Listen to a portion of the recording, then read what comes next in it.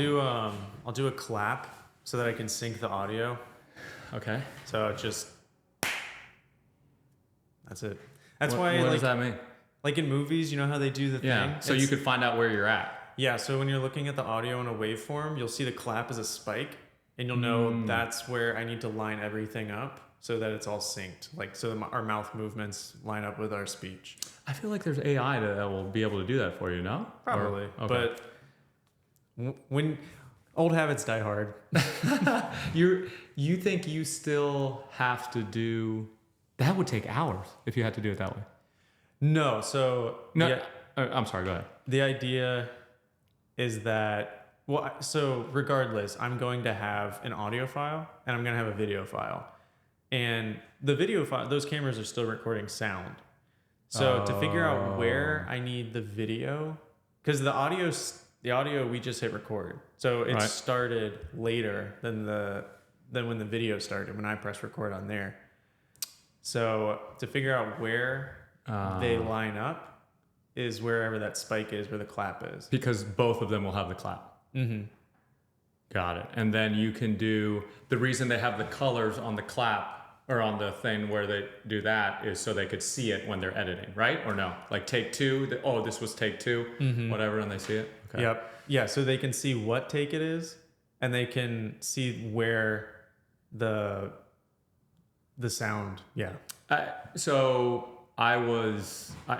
You know that I do a lot of videography with this guy named Cameron from Sky Visions. I don't know if you've ever heard of him. I think you showed me his stuff. Yeah, he does really good work, and he does primarily only real estate. So every once in a while, it's been a long time, but he has done shorts for me. Basically, I sit in front of this studio on, I think what he has is a much higher level than this. But anyway, he does the thing, and he was clapping.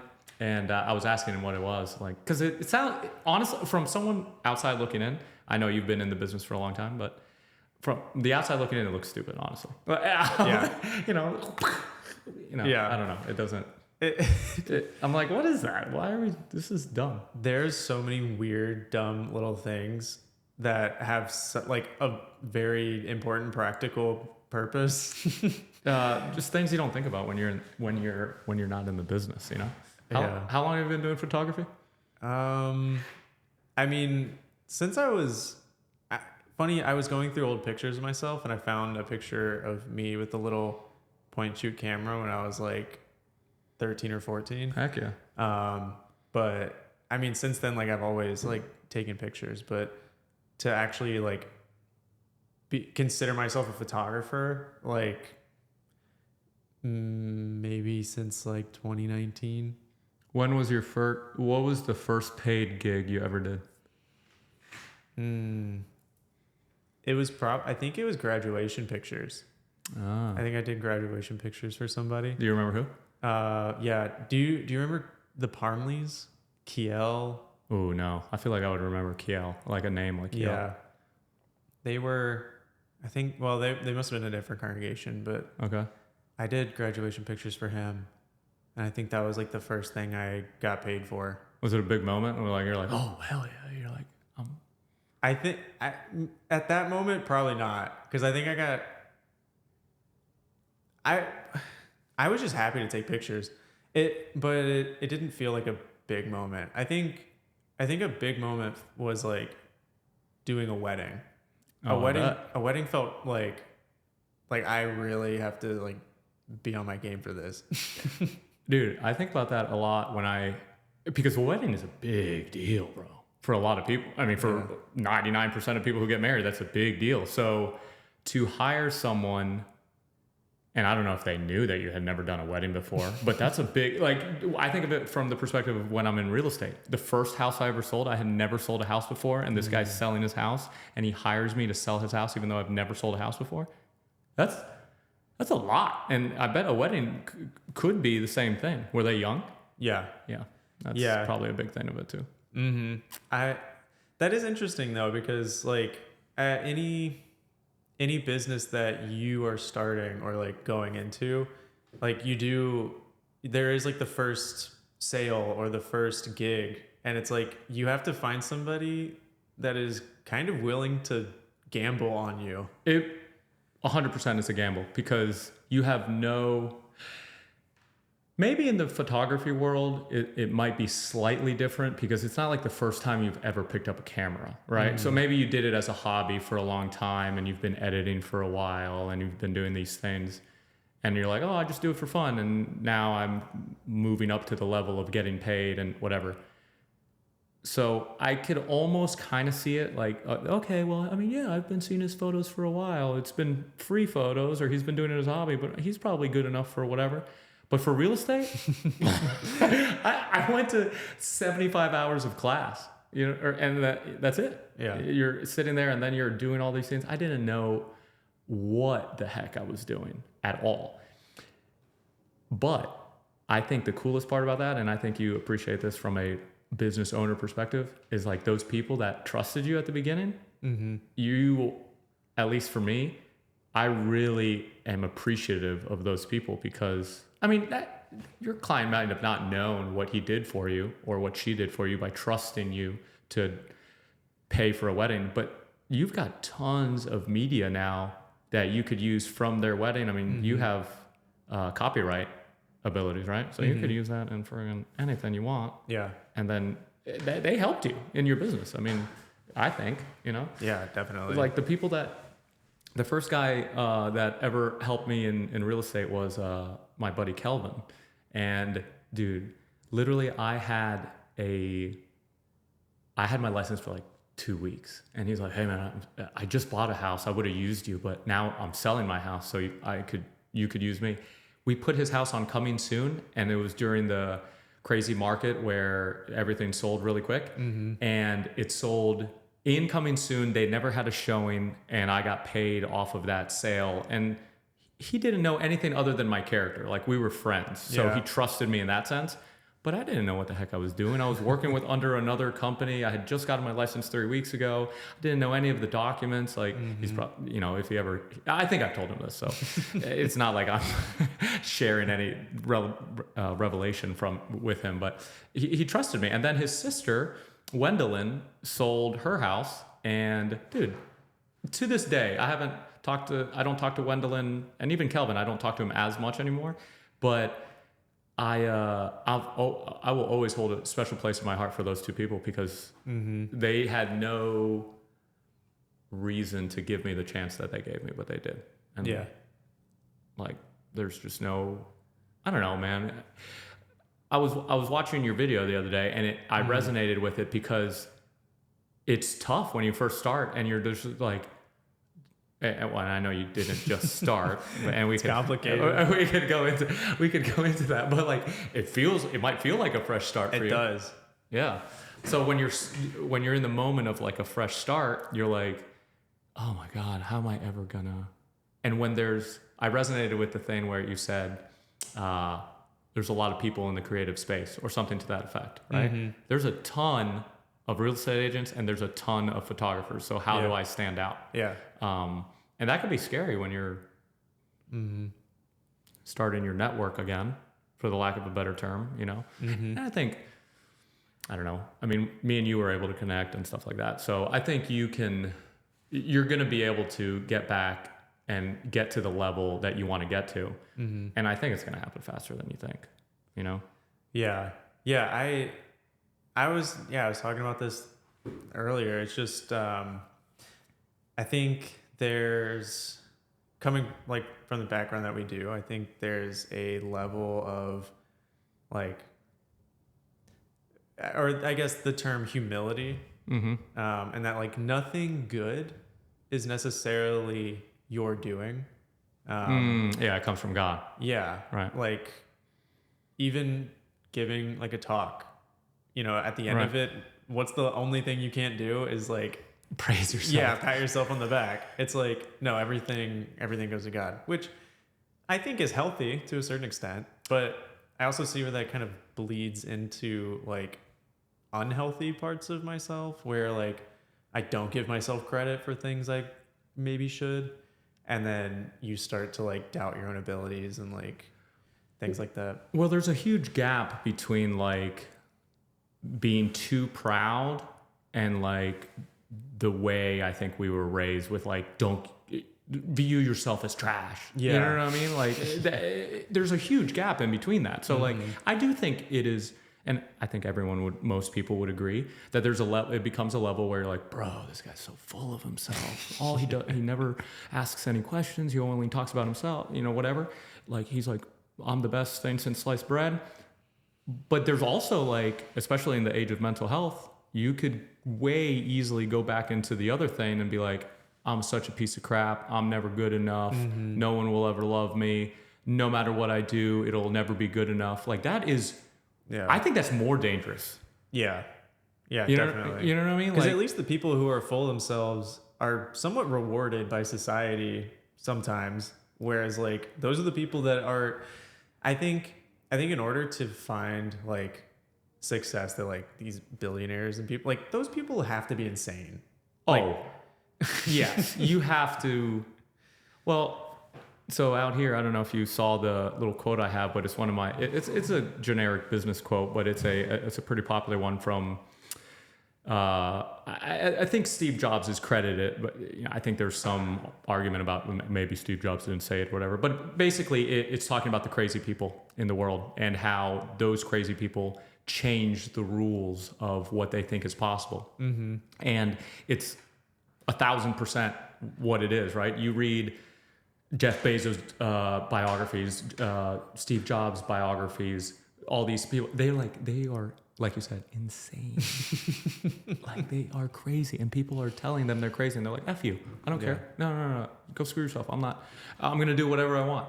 I remember reading something about Jeff Bezos in the it wasn't a biography. It was about Amazon. Yeah. And it was basically like he would have these meetings with the executives of Amazon, and they would get in shouting matches. And eventually it would end up with him being like, do I have to go downstairs and pull the paperwork that says that I'm the CEO of this fucking company? Like and then like, that's the thing you need to do sometimes, especially when you get to a level of billionaire status. I mean, I don't know, what the hell do I know about billionaire status, but it seems like to me, once you get to that level, you have to push back in order to get to the next level, because there's going to be people that are like, oh no, you don't need to do that. Like, hey, just chill, man. Just freaking get the W-2 job, man. Like, why do you? And then, so growing up in that kind of atmosphere where you're like, everything that I do that is good is attributed to God, which I don't think that's a terrible thing. Yeah. But it ruins your individuality. And it's just sad, man. Yeah. And I feel like it's less like I feel like the word like God in that sense could very easily, and I feel like a lot of times subliminally, is just replaced with like the organization. Well, yeah. It's like, well, the only reason you gave a good talk is because we trained you to give a good talk. And which in a weird way, it is kind of true. Like they did. I think, and I think you are the same way. And I'm not in any way, and we could discuss more of this. Like we haven't even discussed what religion we're talking about, but in a weird way, there are a lot of good things that come out of it. Like public speaking used to be I don't know if it is anymore. I think they've kind of gotten away from it. But in the past, like when me and you were growing up, bro, I was like, I felt comfortable in front of my classmates at school because of the JW like thing. They're like, oh, I was trained like this, da da da da. So in a sense, they're right. But I just think the whole mental health thing, like, dude, you know how many people I've talked to that were like, they were pioneers, they were doing all this stuff for Jehovah, for the organization, and then they decided, like, oh, how can I do more? It's a never-ending. Yeah. You feel like trash, dude. You really feel like trash, and it's like this. Evan, Evan. He describes it as like a never-ending hamster wheel of just going, and that's not just a religion or anything. That could be anything. That could be like a relationship. If you're like trying to make a girl happy, you're like, oh man, I'm gonna do this stuff, and she's like, oh, The only reason you did that is because whatever the hell. And you're like, oh man, I got to make it up to her. I got to do this. I got to do that. It just, Yeah. and that's the saddest part about all that crap, man. It's like the youth is, sometimes you feel like your youth is wasted. Yeah. It's tough too when it's like, yeah, like you're always being pushed to do more, and, you're told like that's going to make you happy. Yeah. And it's like, but I'm not happy now doing this. But maybe it's because I haven't gotten to the point that they're talking about, to where like if I'm doing it at this level, like that's when I'll be happy, because that's what they say. Mm-hmm. And then you get there and you're like, I still feel the same, and I don't think I really actually like this, but I'm just hoping that if I keep doing it, I'm gonna get the thing that they're saying I'm gonna get. Yeah. And then it just like doesn't come, and you're like, oh, I'm not finding any happiness doing this. So like maybe I should just stop doing that and do something else. A huge part of life, I think, is realizing that you're not happy and having the strength to walk away from that thing. And that is very difficult in general, and also specifically in what we're talking about. Because I think if you have a means to an end, right? Like, does everybody love their job? No. Just because you hate your job, it doesn't mean you should quit on day 3, right? Mm-hmm. Sometimes you can get to a job as a means to an end. It pays your bills. It enables you to get a different job that leads to this or whatever. You can pay for your kids' college funds, like positives, right? Yeah. But ultimately, if your life in general sucks for an extended period of time, you should definitely look inward at yourself, what you're doing on a day-to-day basis. It's not really that deep, and change something. Yeah. So like where, and sometimes it's hard to find out where that pain or where that anger or lack of happiness is coming from. Sometimes people say, oh, well, it's not from the religion you're part of. It's from the job, or it's this system, or it's the sin that we're all instilled with. And then you get gaslighted into thinking like, okay, maybe I just freaking keep going. What did you, the irony of all that is when you walk away from it, it's not exactly like ultimate happiness either. No. And I think I knew that, but at the same time, I think the thing that actually helped me feel confident in walking away was that there were other people who had done it before me. And they weren't telling me that, yeah, it's going to be great. Like, they were being honest, and they were like, it sucks. Yeah. It's like the worst decision I ever had to make.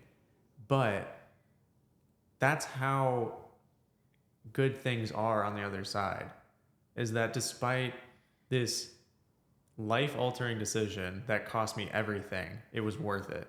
Yeah. And to find out what made it worth it, you have to make the decision.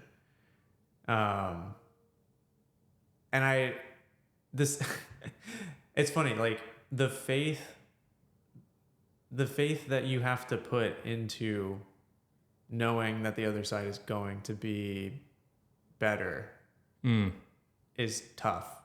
Like, I didn't really, that's the thing, like being in the organization and everything. But can we talk about what we're talking about? Yeah. For people who are listening? There's probably going to be like 3 people listening to this, but let's emphasize. So Mark and I were raised as Jehovah's Witnesses. We have recently left, right? Me in the past 2 years, and you? The last meeting I went to is probably in October. Like, Okay. I had an assembly part in October.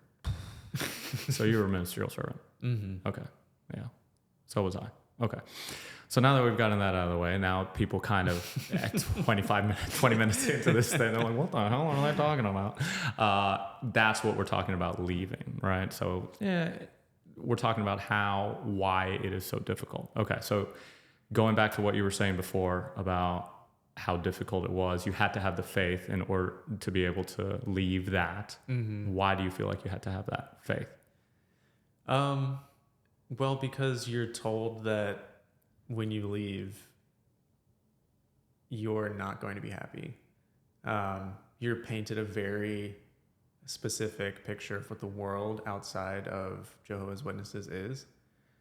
And you have to either have faith that it's not, or you need to have experienced something that proves to you that the picture they're painting of the world is not the way it is. Yeah. And once I realized that the world wasn't the way the organization painted it, as far as like the way people are outside of it, and once I realized that like the organization itself wasn't unique in how the people in it weren't unique, like the relationships weren't unique, the love wasn't unique. Once you realize that, and you realize you can find that other places, they don't have a monopoly on love, then you can have the confidence and faith to step out of it. Again, it's not immediate. Right. And that's the difficult part, I think. Yeah. You know, because you go from having a really good community, bro, like awesome community. Yeah. I think we can agree on it being a great community as long as you're in. Like if you're in, bro, hey man, come over. Nobody's got really like high lofty standards of like what fun is. Like everybody can just come over, play board games, and you have a lot of confidence as a person who's in that you're special.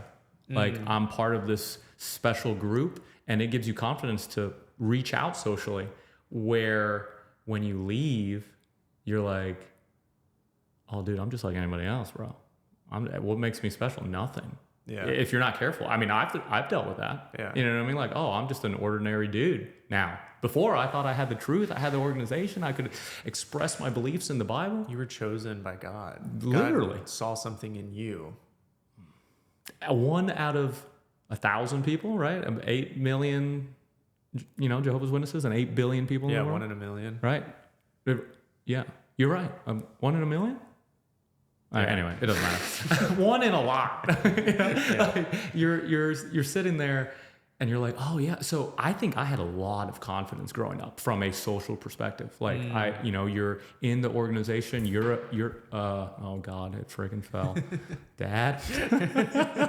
My dad was in here earlier and he was freaking messing with this thing. God. Hold on. It's moving. Mark, help. Oh, God. Okay. No, you're good. I think we're good. Okay. I had a lot of confidence as a young man in the organization, and I think, and if you really want to get into it, I think it has a lot to do with the ratio of men and women in the organization too.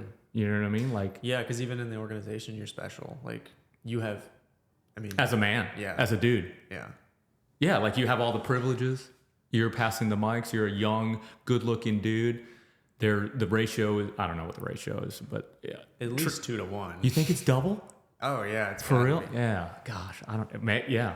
So imagine, for those who have no idea what we're talking about, like imagine this young man coming into this Kingdom Hall, and there being like literally 2 other good-looking young men in there, and the other 2 are married, and then you're a young, good-looking young man, and all the fathers and they're all like, and that makes you confident, So I don't know if sisters in the hall have that same experience, because there's not so many. And there could be a lot of reasons why you have confidence. You think you're special because you're part of the God's chosen organization. You're 1 in a million, 1 in 1,000, whatever it is. and all these things. And you have youth on your side, right? You're young, you're spry, you're like, oh yeah, I can do anything. Huh? And then they put you on the platform and you're in front of all these people and they're clapping and you're like, oh dude, I'm great. And then you're like, oh man, come over. And then you have that social confidence. You invite people over, they come over, you have parties. You're like, oh my God, this is great. Da, da, da. And then you wake up one day and you're like, oh shit, like maybe it's not all what it all, and it's a very scary moment. You know what I mean? Yeah. I mean, that's the thing. Like Allie and I within the organization, like I felt like we were like a well-respected couple. Like people had big plans for us. And I mean, that's the way things were going. Like at one point I thought we were going to do like SKE and like that was the plan. Like we were gonna try to like become missionaries. Whoa. And yeah, like you're definitely put on a pedestal. Like, Yeah. and that's the thing. Like, there's, at least for men, there's a very clear ladder to climb, and you're rewarded for climbing that ladder. And it's like, if you don't have any direction in your own life, and someone like is just handing it to you and like telling you like, hey, this is the best thing you can do, and like, this is what makes God happy.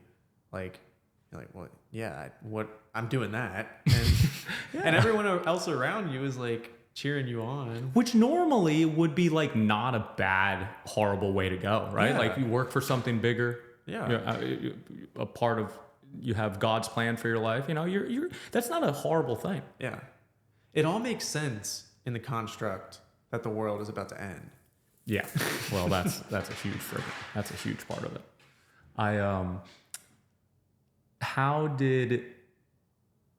So you talked about how you were like planning on going to SKE and you were planning on being a missionary. Was that your decision, or like you were all on board, or did you feel like you were drinking the Kool-Aid, you think?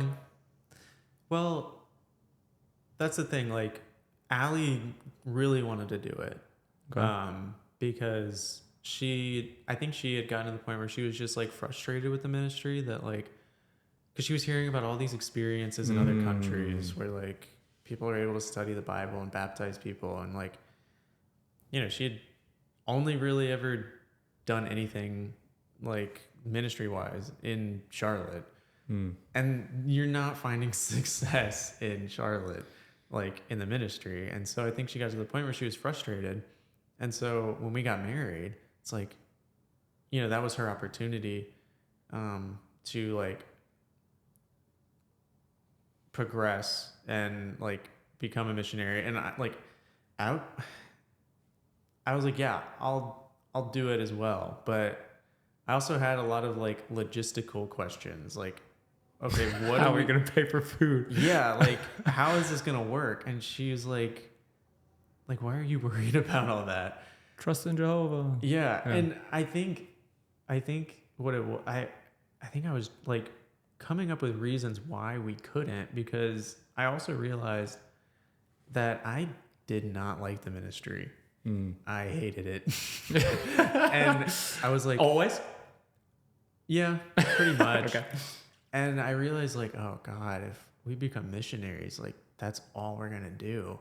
I was like, but maybe not. Like, maybe we'll go to another country and like, I'll get to like still play soccer and like do things I like. And I was like, just trying to rationalize it like in my mind, how we were like, how I could still be happy while doing something I hate.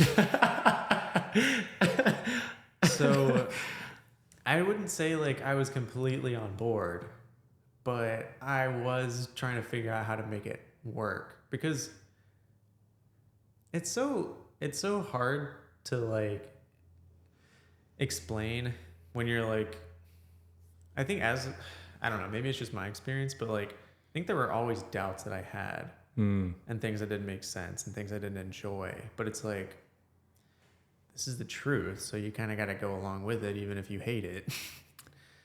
Yeah. No, I when you were talking about the narrative that is painted from the organizational perspective, like all these people are coming into the organization, they're all getting baptized, all these awesome experiences, like people waving to you on the JW broadcast, and then your experience, like Allie, is like door gets slammed in your face every time. Yeah. That could be horrible. That's one of the reasons I changed congregations once, because and you guys were in the suburbs the whole time, right? So it's even worse in Charlotte, because I was part of Caldwell Road, which was off of Harrisburg Road or whatever. Anyway, just a random East Charlotte congregation. Yeah. And there was no territory. Like, there were so many English congregations in Charlotte, and that's why a lot of people, I think, started going to the foreign language and stuff, because they were having the same experience.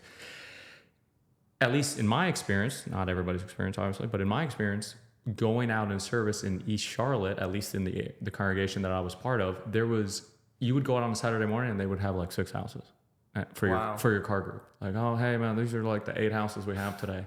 And then like, I just started. I didn't have any return visits or whatever. So I was like, oh, okay. And then you just follow a few people around. And then you go to freaking Starbucks for an hour. And then before you know it, it's 12 or whatever. You know, the whole generic JW Saturday morning. Yeah. But I hated it. It wasn't. And I'm someone who, I enjoyed service. Bro, like I thought it was a game. I was like, how do I convince this person that my religion is the best? Because I really thought it was the best. And dude, we can get into the things that I would do, but like I had like conversation stopper suggestions on a index card, and I would have them. I had them laminated. Bro, I had 1975 on there.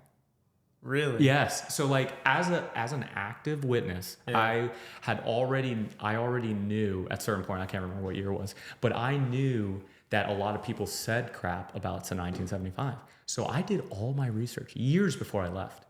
When I was still in, I did not years of research, but years before I left, I did a whole bunch of research on 1975 and what people would say about 1975, apostate, right? What they would say, and then how to combat it as a JW. And I had those index cards, and I had the Trinity, and I had Hellfire. Was all of that research done in the JW library? 100% inside. Okay. As far as I remember. Yeah. As far as I remember. Because and maybe, but I remember going back, I don't think I went past 1950 or because you can't. Because you can't. I don't think you can. So I think I had, and I don't know when the 1975 thing took root. I feel like it might have even been after 1950. Yeah, well, because there was a lot of other dates that didn't pan out. Yeah, I mean, the whole 1975 thing, like they started building to it in probably like 68 or 69. Yeah. So I think everything that was written about 1975, now not including the talks, right? But everything that was written after 1975, about 1975 in the publications, I think I was able to read from the actual organization because I looked it up, bro. Unless they have like some kind of, but I was able to find a lot of stuff. Yeah, it was like, so I felt confident. I was like, oh look, this is what they published about 1975, and it does. I'll be honest with you, it looks kind of shady. Like, and I always thought that they were pushing 1975. Like as a witness I was in, even though I was born in 91, I was like, oh, 100,000% they were pushing it. I could see that. I could see it happening. Like, okay, they were wrong. Is it the end of the world that they were wrong? No. So I'm gonna fight to see how I can fight it. So I had all these index cards, and I was into it, bro. Like, and the ironic part for people that don't know, Mark and I studied together, and because of Todd, you were the only person I ever studied with that reached baptism, which is a weirdly full circle thing that we're here right now talking about, and we could talk about something else, but I enjoyed it. Even though I enjoyed it, I never, all I did was auxiliary pioneer. I never like regular pioneer or whatever. But yeah, dude, I had all those index cards, but I hated going out in service in Charlotte because there was just nobody to go out in service to in English. I didn't want to freaking learn another language. I had such a bad experience in the Spanish hall growing up. I just didn't want to go back to Spanish. I didn't want to learn another language. So when our lease was up, we moved to North Charlotte, and then I joined Denver. And Denver was fun from a preaching standpoint. Yeah, I mean, even when I came up like to go in service with you guys in Denver, I was like, yeah, I like this a lot more. Because it's like you're kind of out in the country, and yeah, you usually find people that are nicer there, and it's also like pretty scenic. It's scenic. It's you see cool houses. You're way out in the woods. You have stories to tell because you're like, oh my god, this freaking. We walked into a lady's house once, and she had 13 kids. We didn't walk in. We knocked on her door, and she had 13 kids in, like, she birthed them according to her. Wow. And they all came to the door, and I was like, are these all your kids? So you have those kind of stories. I'm sure you have those stories in Charlotte too. But like traditionally, the farther you go out, the more it becomes, like the Bible Belt. People are more about Jesus and about the Bible, and they're like, oh man, of course I got time to talk about Jesus Christ. Yeah. You know what I mean? Like, you start to realize that you need the foundation to like have a conversation with anybody, because it's like I know people would come to the door and they'd be like, yeah, I'm Hindu, and I'm like, we got nothing in common. I'm like, where's that track? Because they freaking made those tracks about how to preach to Asian people, basically, right? Yeah. So they would. I swear, I used to have, maybe for a very brief time, I had that brochure or whatever, and they're like pull it out, and it's like a little picture of Buddha. And Yeah. it's like, I mean, they thought of it. Like, they've definitely thought of it. But it's like, at least for me, when I would actually, I don't know. I was just like, this doesn't feel right. well, I say all that to say I could see why Allie was like looking for something better, because when you're, especially Indian Trail, like it was inundated with witnesses. There was a lot of witnesses in like Waxhaw, Indian Trail, Marvin area, all that stuff. It became packed, whereas Denver was still kind of rural, and we had an enormous territory. So it was like, probably in Indian Trail, you were preaching the same people over and over again. Oh, yeah. We were in the same neighborhoods. Really? Like, on rotation. It's like, oh, God, I know these people are sick of us. Wow. Yeah. That's a huge part of it, man. And then, now look at us. We're over here. Talking heathens. Some heathens. Well, I think the problem, I could already tell in this podcast, my knees are going to start hurting. I think a lot of people don't realize that, you get dehumanized when you leave, right? And I think, and I'm not against YouTube videos that like disparage the witnesses. I think everyone should be able to make their own YouTube videos. I'm not, and obviously we've been talking kind of shit about for like 20 minutes or whatever. Yeah. But I'm not against the videos that are like, we could freaking toast now? Like, what the hell? Yeah, I'm not against those videos, but there's a lot of them out there. Yeah. You know what I mean? So like, if this podcast ever becomes, I hope to never have like a God damn it. What is this? Okay.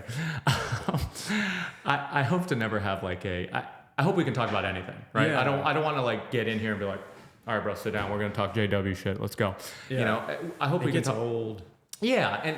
But I think if people are able to listen to people discuss it with saying the good stuff along with the bad, like, hey man, this is what I didn't like. This is kind of why I left. I'm not trying to like change your mind or anything, but like, this is who I am. Hey, Mark Rosenthal still exists. Frankie Gonzalez still exists. It's not, and who knows, people will never, hardcore JWs will never listen to this anyway, but it is a good reminder to people that might dehumanize people to not dehumanize them, and I'm not even educated on like the whole, some people can like rattle off Watchtower quotes and be like, "See, this is what I said in 1987," like whatever. And I'm like, I don't know, dude. I watched a couple of those YouTube videos, but were you a big YouTube guy or were you like a Reddit guy or what? Definitely YouTube, like, and kind of like tying it back to what you were saying, like the videos that I avoided when I was waking up were the ones where I was like, this person just sounds angry. Yeah. And it just seems really nitpicky, and like this kind of feeds into the stereotype that I was told. Yeah. The stories that actually affected me were just people telling their story. Yes. Because you don't have to go out of your way to explain how, like, you don't have to exaggerate to explain why certain practices are like hurt people. Yeah. Like all you need to do is just say what happened to you, and people can see it. I think that's the other thing too, is like just trying not to make it your personality, like making being an ex-witness your personality. Yeah. I think like because it is still so fresh and like ongoing, it's hard to like not think about it. But I look forward to the time where it's just like something I don't even think about anymore. Yeah, I think, oh man, I don't know if I'll ever get there. Obviously when you first leave, you're like, inundated. You're just like taking in so much content. You're just like, oh, bro, freaking just. And I've definitely taken a step back from that. And I think there are more important things in life than researching what is going on in a previous religion you were part of. You know, like that sounds super unhealthy if you're just doing that all the time. But for me, I mean, granted, we're a little different in age, but for me, it was a big part of my life, bro. Like age 0 to age 32, 33. You know what I mean? Like that's huge. And I'm 34 right now. So like, I hope to get there. But I think it is cathartic a little bit. You know what I mean? Like we don't have to make it a therapy session, but it's cool to talk to people that are like kind of understand. You know what I mean? Like, I don't know. But you're right. You shouldn't make it. You should be able to be like, yo, I played frisbee today and freaking tore my hamstring. You know? I don't know.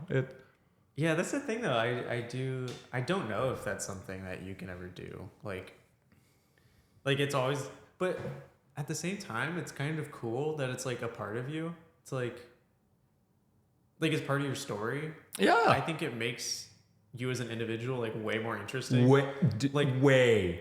Anytime I meet somebody and like start explaining my life, there's no way I can't talk about it because like my life sounds so weird if I don't explain where I came from. And there's so many like triggering things, right? Like, I don't know what your experience was when you were in high school, or in any kind of middle school, high school or whatever, but like sports was a huge thing for me. Like you said, you couldn't play frisbee in your senior year because of the meeting nights. Dude, I grew up, and I think you did too, with the book study. We had 2 nights a week where we were freaking going to the meetings. So there was no way you could be part of a school. And then growing up in the Spanish hall, bro, people would be like all up in your business. And to a certain extent, that's kind of not horrible. It sounds bad. They cared. And because they cared, they said something. Yeah. Which the other option is they don't give a shit and they never say anything about, anything. So, but dude, it is weird. Like, oh, did you play sports growing up? Trigger. Yeah. For me, and maybe not for everybody else, because some witness people let their kids play sports. Like there was no big deal. And everyone's like, I don't know. Isn't that crazy? Yeah. Oh, that guy's playing sports. Like, people that are not in will never understand that. They'll just be like, that kid's weird. He never played any sports in high school ever. Yeah. Never went to a high school football game ever. Especially when people look at you and assume you played high school sports. And especially if you're like any kind of semi-athletic whatever. You're like, oh, bro, like, I was decent. I was never great, but I was decent at basketball growing up. Yeah. Never played basketball ever. Yeah. Like I played in a rec league or whatever, and I think I might have tried out in like 8th grade. Don't quote me, but like 7th or 8th grade, and I was trash, and I didn't make the team, and then maybe that was like enough for my parents to be like, all right, we're out. But that was a huge thing for me, and other people that grew up in the organization, they didn't have that negative experience, and they're like playing golf and playing tennis. I know some of them, so they don't have that like sadness I would describe for me. Like, I'm like, oh man, I could have played sports, but I had to go to the book study. You know what I mean? Like that was a sad portion of what I dealt with as a kid. But yeah, I don't know.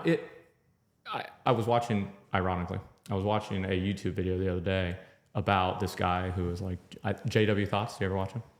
Oh yeah. Light skinned black dude. Yeah. I think I've only watched one video, but he ends it, and he might end it like this every time. But he was like, "Hey, make sure to spend more time loving the things you love than hating the things you hate." Does he say that on everyone? I think so. Yeah. And I was like, dude, that's a really good. Yeah. That's a really good concept, man.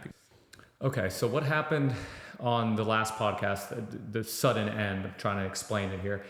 One of the cameras overheated. So that was pretty much the end of the podcast. Once that kind of conversation ended, we realized one of the cameras weren't working. Video ended for Mark. So that was pretty much the end, but thanks again for watching. I appreciate you guys tuning in. Make sure to hit that like and subscribe button, and we'll see you on the next one.